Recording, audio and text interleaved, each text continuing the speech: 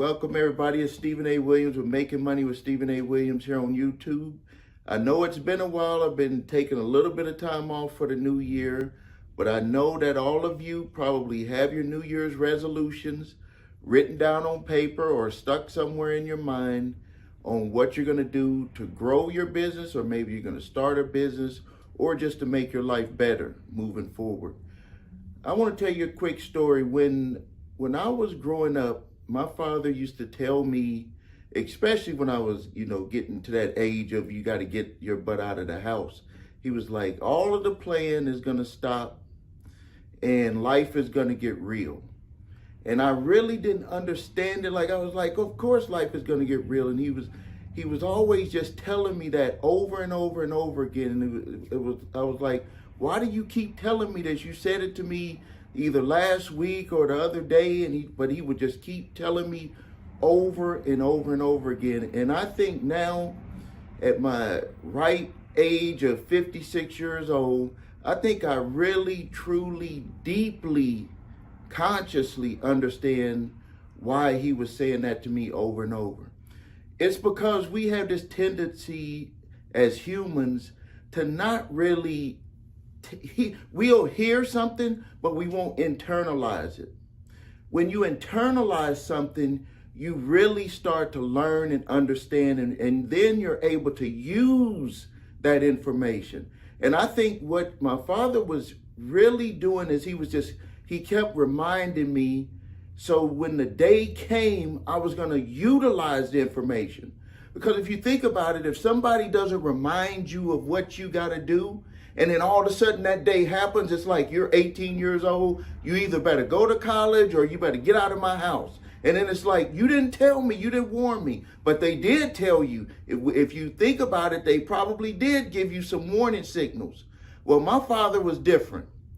He would tell me over and over and over and over and over again, because he was like, once you become an adult, life is going to get really real. Like really, really, really real. You're going to be responsible for yourself. I'm not going to be responsible for you. And he wanted to make sure that I knew in my own mind that he told me, he warned me, he prepared me, everything. So let me tell you what happened with me, to where I knew I couldn't just go back to my father and say, you didn't tell me. Because when I turned 18 years old, and I graduated high school at 17. I fooled around, went to junior college for a year. That didn't work out.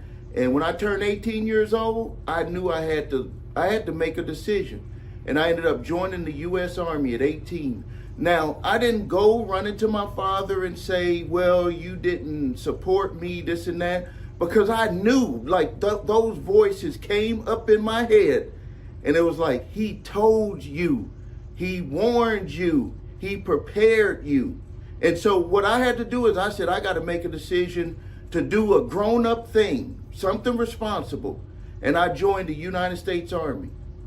And he was proud of me for doing that. My family is full of people who served in the military. My father actually was in Vietnam. He was in the war. So I guess maybe that being in the military kind of prepared him to tell us, because my brother went to the military, I went to the military. My uncle, his little brother, went to the military. So I'm saying this to tell you that you already really know what you got to do to become successful. Anytime you come and watch my videos, it's really just for validation. Deep down inside, all of us know what we got to do. It's just that we have this resistance within us.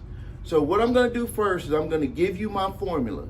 This is what I do for all of my businesses. Because if you don't have customers or potential customers coming to you every day, you're not going to be able to succeed as a business. Even if you're struggling and you still have people that are interested in your products and services, then all you got to do is work on presenting your product and service to those people. But if you don't even have people coming to you, it's going to make it very hard for your business. So first, what I'm going to do is I'm going to give you my formula. This is what I do every day for my businesses. And then what I'm going to do is I'm going to show you how to get rid of that resistance that you have.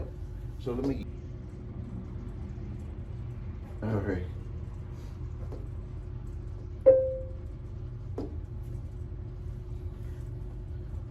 All right, I'm back. There must be a ghost in my office because somehow the plug for this screen was lifted up.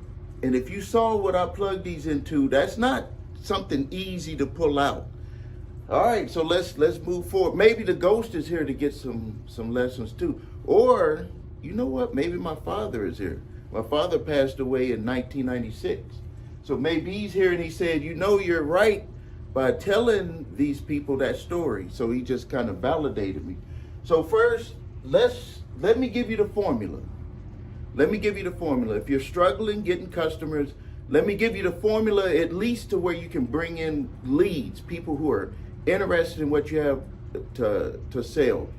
And then you got to do some work. If you're not selling, then you got to do work on selling them. So the first thing that you got to do is you have to advertise. You have to run paid ads. No business can survive off of referrals and posting and trying to get free business. That's not going to work. That's like a 1 in a million shot. That's a 1 in a million shot. If it worked that way, you wouldn't have TV commercials, radio commercials, you wouldn't have internet ads, you wouldn't have whatever stuff that's out there. You have to advertise your business. Also, if you're going to sell your business in the future, people who buy businesses, they only buy systems. And part of the system is, how do you acquire customers? If you can't show them how you spend money to acquire customers, they will not consider that you even have a business. And it doesn't matter how much money you make with your business. If you don't have a system in place to bring in potential new customers, no one will buy your business. So now the next thing is you run ads, you generate leads. These are people who were interested in what you had to offer. You send them to your sales page or your appointment page. Like if you're an insurance agent, you can't sell them until you talk to them, and then you turn that into money. Most people who become leads don't buy from people the first time because they don't know, like, or trust you. That's with almost everything, and that's unless they're buying like a product, and that's even hard. Some people could sell the same product that you can see on Amazon even lower, and they don't trust to buy it from you, but they'll trust to buy it from Amazon. So how do you get people to even trust your business? This is the way you do it, is you do follow-ups. So when I designed my system, I did it this way: 1, 2, 3, 4, 5, 6, 7. When people became a lead, they're becoming a lead because they saw your ad. So they're interested in what you had to offer. They give you their name, email, phone number. If you're going to call people back, you need their phone number. If you don't call people back, then you don't need their phone number.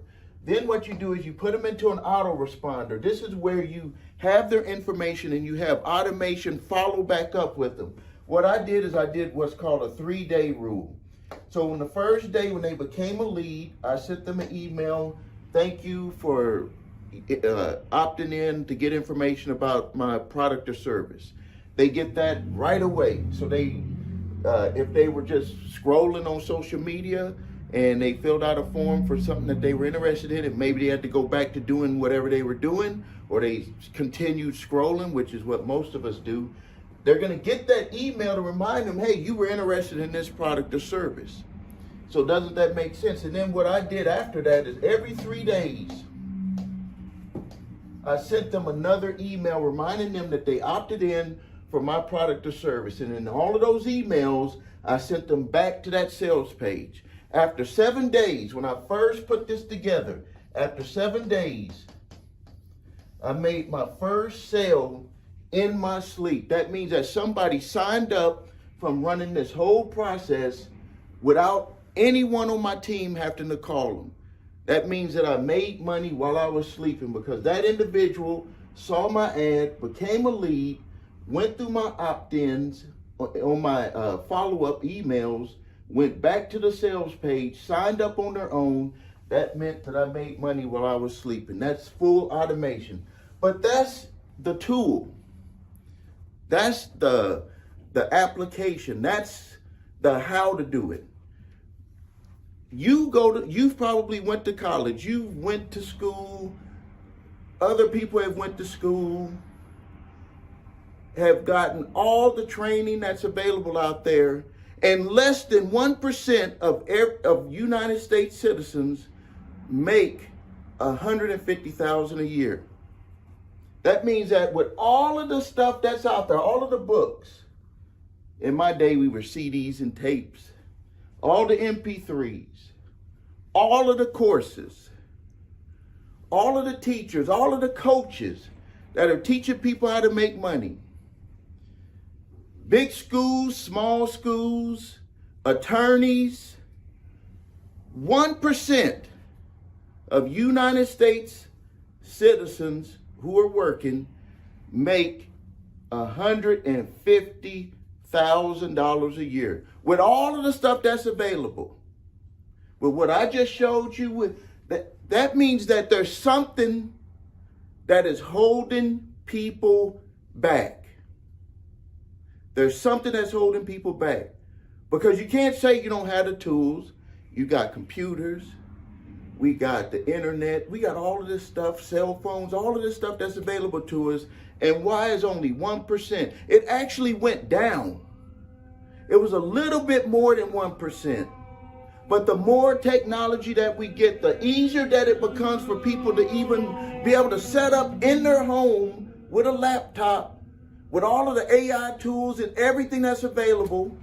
Examples from people like myself and other people who are successful, still 1%, and it's going to be less than 1% very soon. So what is holding people back? I'm going to show you what's holding people back. Because when I remember what my father was telling me, this is actually what he was training me for. What I'm about to show you right now. This here is just a tool. You can take any tool as long as it fits your business and become successful. But what I'm about to show you next, if you don't get this right, you will grow old and regret your life. Because you're going to, at one point in your life, you're going to say, I held myself back. There was nothing else holding me back. You're going to say to yourself that you held yourself back. So this is it. And some of you have seen this before. This is my model. This circle right here, I got this blue circle. That's your head. That's your brain. And this is what is in your brain that could either be holding you back from freedom, which is what we got on this side, or it's resistance on this side. So at the bottom, and this is something that we all deal with, so don't think that I didn't have to deal with it and that I still don't have to deal with it on a daily basis. This is stuff that was put into us as we were growing up. And as an adult, when you're an adult, somebody can say something to you and you can either accept or reject it. But when you're a child, and studies show from the ages of 1 to 7, any of this that is put into you is not resisted. You don't even have the capability to start resisting what people tell you, especially your parents, people who are supposed to love you. You can't even resist it until after the age of 7. Let me tell you a quick story. My 3 daughters, I don't want to say we played a trick on them. It was just like a family joke. Now, you know that croutons that you put on salad, right? You know, the little square, I don't know what they're made of, bread or something pressed together. Well, our 3 daughters, we told them that they were burritos. And so we would go to eat and we would say, you know, look at the burritos, get a burrito. And at some point, all 3 of our daughters was calling croutons burritos. And then when they were older, they said on accident in front of a waitress, I want burritos on my salad. And the waitress was like, what are you talking about, burrito? Those little square things. And we was like, shh. My wife and I had forgot that we were just playing around with them way back years ago. And then they said that. That's because when you are a child, all you do is take in. And I before I get into this, I'm going to talk about my youngest grandson, Maverick. He has 3 older brothers. He has 2 sets of grandparents, uncles, and his parents. And I can see him, he's like taking in, like he's taking stuff in so much, like it's like he's a computer. Like he's moving around, and it's like I'm like, he's recording stuff. Like I tell my wife, he's recording. Like he's looking at how to do stuff. When his brothers walk around, he's just now learning to walk. When his brothers walk around, he's looking at how their legs are. He's not just like looking at them. He's like, that's how your legs are supposed to move. And then when they act up, I noticed that he saw that they were getting what they wanted when they would, act up a little bit, have a little tantrum. And then guess what he started doing? He was like, I'm going to, cry about something and see what happens. And then when he cried about something and he got what he wanted, guess what he started doing next? So that's what I'm saying. It's learned behavior. So the things that are holding you back in life, holding you back in business, that's learned behavior. And you don't even think about it as something that's so simple when you were a child, how that relates to the way that you live your life as an adult, but it does. Because all you're doing is you're stacking. You're stacking. You have the first belief at the beginning, and then whatever stuff comes into your life from other people, other experiences, you relate it to that. That's why it can mean something that's totally different than what it's supposed to mean, but you put the meaning on that from what you experienced as a child. So right here, this circle represents your mind, your brain, your head. On the left side, we have resistance. On the right side, we have freedom. So this model is not mine. This is something that I learned, but it has 1, 2, 3, 4, 5, 6 levels, but I added a 7th level, and we'll get into that in a minute. And I think that you'll agree with me when I when I tell you my opinion on the 7th level. So the first level that most people believe is holding them back from being successful is that the environment that they grew up in, or the surroundings and other people that you're with. They believe that because of either where they were born, who they were born to, that all of that makes them not be able to be successful. But we know that that's not true, because you could see like sports people, business people, musicians, they'll talk about their experience growing up, and some of them were pretty bad and they still made it. So we already know that environment is really just a perception, your perception of your environment. But remember, if you grew up in a bad environment, everything that you do is going to seek out people to justify that environment. So the people you hang around with, the places that you might live, are going to be similar to the environment that you grew up in. And to actually get out of that environment is not going to even make you feel okay. You won't even feel good. You won't feel comfortable. It's not because it couldn't be better for you. It's simply because you're not used to it. The next level is capabilities. A lot of people don't believe that they could do something, or they are afraid to go and have people help them do it. So they hold themselves back because what they believe they can do, they're like, I just can't do it. Where is that established at? It could be established as a child, stacked on. Did your parents say, oh, you can't do that, you can do that? How does that representation materialize in your life? The next level is behaviors. Specific actions that you take to do something. Like the specific actions that you take for anything that you want to do in your life. What are those specific actions? Those are the behaviors. Are those behaviors negative or positive? The next level is value beliefs. What we believe and what matters to us. You could believe something that's totally false, totally untrue, but that doesn't matter. What matters is what we believe and what matters to you. That's what you see. That's the thing. People can tell you stuff over and over and over again, but if it doesn't matter to you, you're not going to do anything with it until you realize it. And the only way that you're going to realize it is, number one, be conscious that your beliefs could be false. And then you see things come to you that will show you that those beliefs are false, or those beliefs could be true.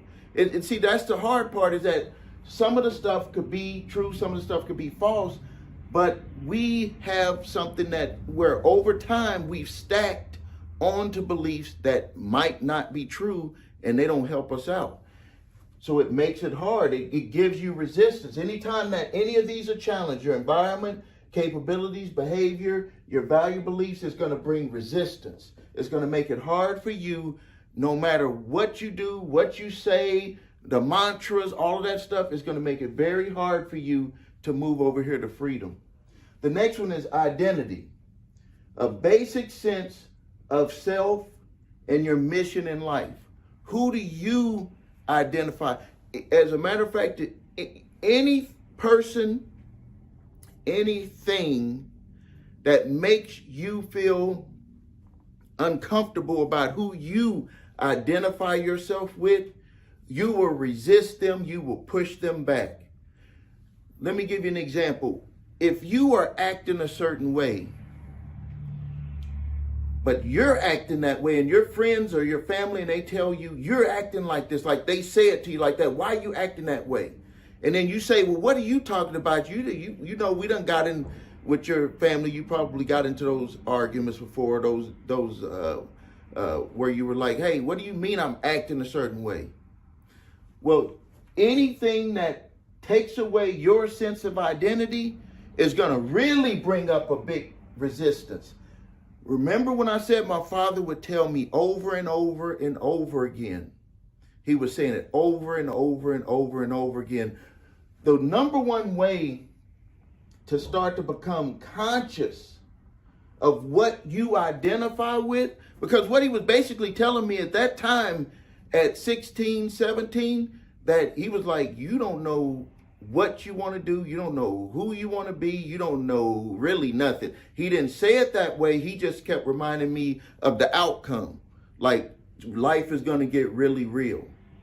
So you got to be very careful when you get up to these levels. And also, as I move up this pyramid, everything below is taken over by the belief or the level that's above it. So if you're going to have your values and beliefs, they're going to override your behaviors, capabilities, and environment. The next level is religious or spiritual. And that will plug into what I just said. How many people have you said, heard say I'm a born again Christian? And everything that's below what they done is supposed to be wiped away. In our minds, it was not wiped away, but in their minds, it's wiped away, which proves that none of this stuff has to be, even if you were born with it, it's been stacked upon, built upon, all of that stuff. A person can say that I'm either a new spiritual person or I'm a born again Christian or whatever religious, and everything below goes away and they change that new person. Everything below. So this one here will override and prove to you, without me just, trying to say that it has to be that way. Think about it. How many people, maybe you've done this for yourself, born again Christian or became spiritual, and everything about your identity, your beliefs, your behaviors, your capabilities, and your environment, all of that stuff was like somebody took an eraser to it and erased all of that stuff out of your mind. It's not erased out of the other people's mind that knew you, You got to prove to them, but to yourself, you did that. You did that. But let me tell you why people are able to do that, but they're still not able to do that for themselves on a financial level, on a business level. Because it's something that's on the outside. When people get religious, people have spiritual, even though you're supposed to understand that it's on the inside, just the human mind, for you to be able to erase all of this, because this was you on the inside, you have to believe more that it's on the outside. And when you believe it's on the outside, it sets you up for failure. It makes it where your day-to-day activity becomes a fight to stay within the bounds of what you said you're going to do for your spirituality or your religion. It makes it very tough.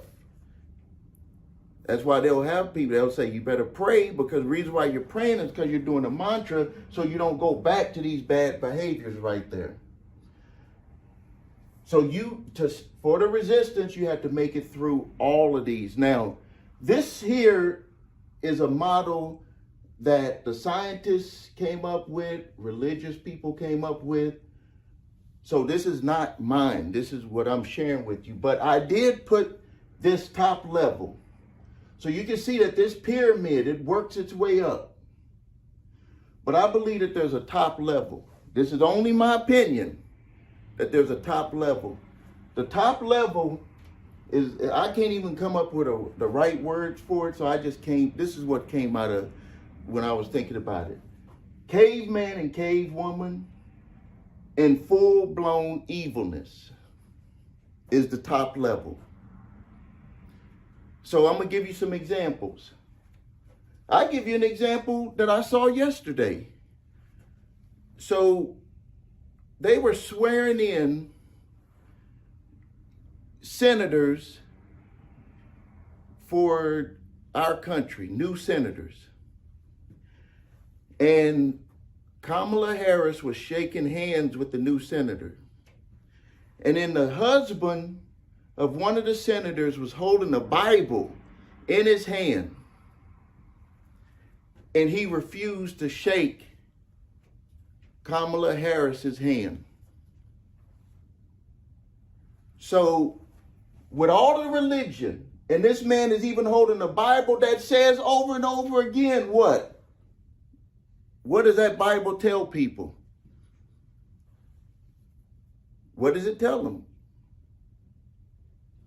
Do unto others like you want people to do, like you want people to do to you, on yourself. Kind to your neighbor. So a person can hold the Bible that they would hold up as everything in their life. Remember that spiritual, that religious overrides all of this. Praying, doing all of the stuff to be a good person, but when confronted with doing something that is so simple, so humane, shaking someone's hand, what came to that person's mind first? And that's what I put on the top. Evilness, caveman, or cavewoman. It'll override any Bible or any religion on this planet. It will override it. And you don't have to take my word for it. Look at what people are doing out there to other people and to themselves. So if you're going to make it to the other side, and this is it for the purposes of this video, it's about business, but it's really about life, because you can't move forward in anything in life until you, quote unquote, I don't like to use the word fix, but until you get yourself right. If you get yourself right, other people will see that you're right. You can't tell people. They have to see it. How do they see it? They see your actions. How do you do your actions? So if we go down the level, environment, who do you hang around with? What is your surroundings? What are you doing? Capabilities. What do you believe you can do? What do you believe you can't do?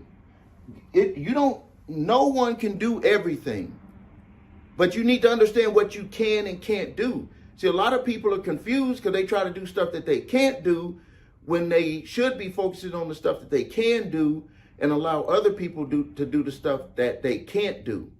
Wouldn't you think if you woke up in the morning and you were like, I'm going to just focus on what I can do, not what I can't do?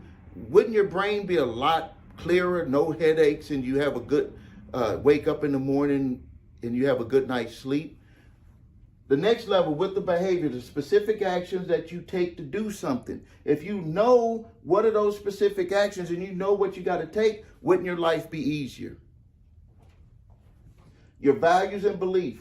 What we believe and what matters to us. If you truly start to understand what you believe and what matters to you, and you start to investigate, are some of those beliefs not true based on facts, you might be able to move forward in your life. The next is identity, a basic sense of yourself and mission in life. People are always saying, I got to find myself. Who am I? You're who you want to be. There is no book.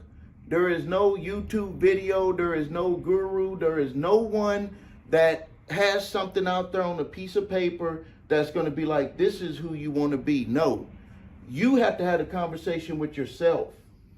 You've had it with yourself, but you didn't have a conscious conversation with yourself. You just reacted. You need to have a conscious conversation with yourself. This was something that I did. I did this at an early age. When I decided not to re-up in the Army, they said, hey, Williams, they always call you by your last name, came to me and they said, we'll give you a $5,000 bonus if you re-up. I said, no. Okay, they said a $10,000 bonus if you re-up. I said, no, because I had a conversation with myself about who I wanted to be. And when I got out, I didn't have nothing. Like, I had a truck that was a Nissan pickup truck, worth $1,500, and I probably had a couple of $1,000, and I was put out in El Paso, Texas. That was it. But I had a conversation with myself, and I said, this is what I want to be. I want to be a business person. I didn't know what business I was going to be in, but I started retraining my mind right here. Remember that age. Well, this here is done by your parents and everybody, and you have nothing to really, no input on that. Right here, I started inputting it myself. And then I have my own religious, my own spiritual beliefs, and I understand right here. I think that a lot of people are afraid to even talk about this level here that I've made up, is that I understand that anybody can do anything to anybody. But people who will end up doing anything to anybody is that they don't have, they're not conscious of what they're thinking about. Have you ever heard somebody say, you must have been out of your mind? You must have been out of your mind to do that. Well, I make sure on a daily basis that I'm not out of my mind. When I say not out of my mind, that means that I'm not running on automatic. I'm not running on automatic. I'm making conscious decisions. And every day I make it a point to think harder and harder and harder before I speak. And that'll stop you from crossing that line right there. And we done seen a lot of people in the news right now that done crossed that line to that caveman and that evilness. When I say caveman, this is just where you're just doing things that's out of your mind. It's not necessarily something that's bad that you're doing, but it's like something where your friends and family will be like, you know, what are you doing? What are you thinking about? The evilness side is where people are doing stuff, you know, running over people, shooting people, hurting their friends and family. That's that part right there. And you would probably say that person is out of their mind. All right, I want everybody to do their homework. First part of the homework,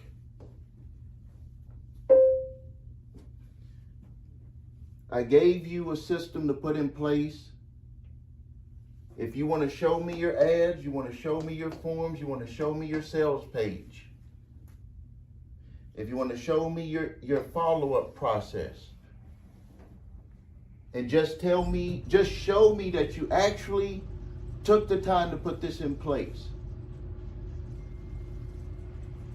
Now,